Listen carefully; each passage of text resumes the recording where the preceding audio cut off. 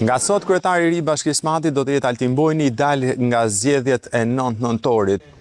Kandidati Altin Bojni, që vinte nga Partia Socialiste, arriti të siguronte 66.5% të votave, kundrejt 28.5% të votave që mori rivali i tij i pavarur, por që mbështete nga opozita Eduard Brahilika, dhe 5% të votave që mori kandidati tjetër e pavarur Suzana Pasha.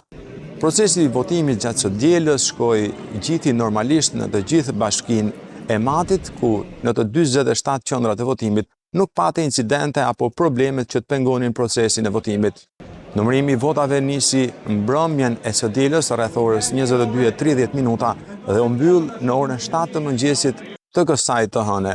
Për gjatë gjithë procesit të numërimit të votave nuk pati problematika, ndërkohë që ai u ndoq nga simpatizant dhe drejtues politik të dyja kaheve politike. Ne me gjithë këtë mbështetje që ne ka dhënë gjithë banorët e Bashkisë Madhe, është një përgjegjësi e madhe që duhet ta përkthejmë në shumë punë për gjithë komunitetin tonë.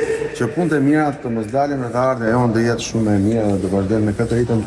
Tashmë pritet që Altin Bojni i dal nga këto zgjedhje të marrë zyrtarisht detyrën në momentin që Komisioni Qendror i Zgjedhjeve do të bëjë procedurat e nevojshme për t'i dhënë mandatin Bojnit.